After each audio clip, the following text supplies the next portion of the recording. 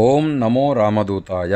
సహజంగా అందరూ అడుగుతుంటారు, అక్షయ తృతీయ రోజు ఏం చేయాలి అని. ఆ రోజున సూర్యోదయాత్ పూర్వమే నిద్రలేచి కాలకృత్యాలు స్నాన సంధ్యానుష్ఠానములు పూర్తి చేసుకుని దేవతా ఆరాధన చేసుకున్న తర్వాత ఆలయానికి వెళ్ళి దైవదర్శనం చేసుకుని ఆ తరువాత ఏదైనా భగవన్ నామస్మరణ, ఏదైనా స్తోత్రపారాయణాదులు చేసుకుని దాన ధర్మాలు చేసుకుంటే అక్షయమైనటువంటి ఫలితం మనకు కలుగుతుంది అని పెద్దలు చెప్పారు. సహజంగా అందరూ ఆ రోజు బంగారం, వెండి ఇట్లాంటివి కొనాలి అని అనుకుంటూ ఉంటారు. కానీ ఆ రోజున బంగారం, వెండి కొనడం కంటే కూడా మనకు పురాణం ఏం చెప్తుందో తెలుసుకుందాం. మత్స్య పురాణ ప్రకారం ఈశ్వరుడు పార్వతీదేవికి సర్వకామప్రద అయినటువంటి అక్షయ తృతీయ వ్రతం గురించి తెలిపాడు.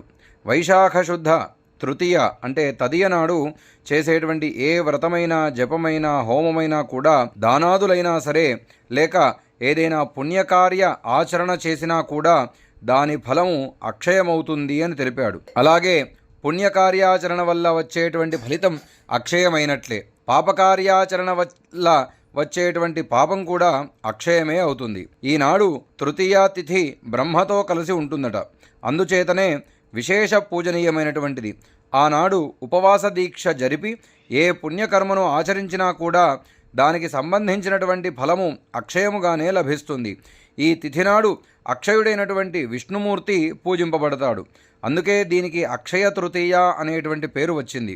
ఈరోజు అక్షతోదకముతో స్నానము చేసి అక్షతలను విష్ణు భగవను నుండి పాదాలపై ఉంచి అర్చించి ఆ తర్వాత బియ్యాన్ని చక్కగా మరోసారి జాగ్రత్తగా ఏరి బ్రాహ్మణులకు దానమిచ్చి మిగిలినటువంటి వాటిని దైవోచ్ఛిష్టంగా, బ్రాహ్మణోచ్ఛిష్టంగా తలచి వాటిని ప్రసాద బుద్ధితో స్వీకరించి భోజనం చేసినటువంటి వారికి ఈ ఫలము తప్పకుండా కలుగుతుంది అని పురాణంలో ఈశ్వర వాక్. ఇలా ఒక్క వైశాఖ శుద్ధ తదియనాడు పైన చెప్పినటువంటి విధముగా నియమముతో అక్షయ తృతీయ వ్రతాన్ని ఆచరించినటువంటి తరువాత వచ్చేటువంటి 12 మాసాలలో శుక్ల తృతీయ నాడు ఉపవాసము చేసి విష్ణువును ప్రీతితో అర్చించడం ద్వారా రాజసూయ యాగం చేసినటువంటి ఫలితం కలిగి అంత్యమున మోక్షాన్ని కూడా పొందగలుగుతాము. అక్షతలు అంటే ఏమాత్రము విరగనటువంటి, పగుళ్ళు లేనటువంటివి, గట్టిగా ఉన్నటువంటి బియ్యము. అవి వరిధాన్యమైనా కావచ్చు, లేదా గోధుమ ధాన్యము నుండి కావచ్చు,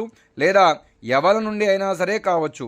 ఇటువంటి వాటితో సిద్ధము చేసిన ఆహారాన్ని అక్షతాన్నము లేదా అక్షతాహారము అని అంటూ ఉంటారు. ఇంకా నారద పురాణం ప్రకారం కూడా ఈనాడు చేసేటువంటి దాన ధర్మాలు అత్యధికమైనటువంటి ఫలాన్ని ఇస్తాయి అని తెలుసుకోవాలి. ఈనాడు చేసేటువంటి దానము, ధర్మము చేయడమే అక్షయ ఫలితాన్ని ఇస్తుంటే, ఇక గంగా తీరంలో ఆ రోజు చేసేటువంటి దానాది ఫలాల గురించి నారద మహర్షి ఇలా చెప్పాడు. అక్షయ తృతీయ నాడు గంగా తీరంలో నియమముతో ఘృత అంటే ఆవు నెయ్యి, ధేనుదానము చేసినటువంటి వాటి ఫలితము ఇంతింత కాదు. సహస్ర ఆదిత్య సంకాశుడై అంటే 1000 సూర్య ప్రకాశుడైనటువంటి సర్వకామ సమన్వితుడై బంగారము, రత్నములతో కూడి చిత్ర హంసలతో కూడినటువంటి విమానములో తన పితృదేవతలతో కల్పకోటి సహస్రాల కాలము బ్రహ్మలోకంలో విరాజిల్లును. ఆ తర్వాత గంగా తీరంలో అత్యంత ధనవంతుడైనటువంటి బ్రాహ్మణుడిగా పుడతాడట. అంతమున బ్రహ్మజ్ఞాని అయి ముక్తిని పొందుతాడు. అలాగే యథావిధిగా గోదానం చేసినటువంటి వాడు గోరోమ సంఖ్యలు అంటే ఆవుకి ఎన్నైతే వెంట్రుకలు ఉంటాయో అన్ని సంవత్సరాలు స్వర్గలోకంలో విరాజిల్లి ఆ తర్వాత భూమి మీద పుట్టి చక్కటి విద్యను, ఐశ్వర్యాన్ని అనుభవించి అంత్యమున మోక్షాన్ని పొందుతాడు.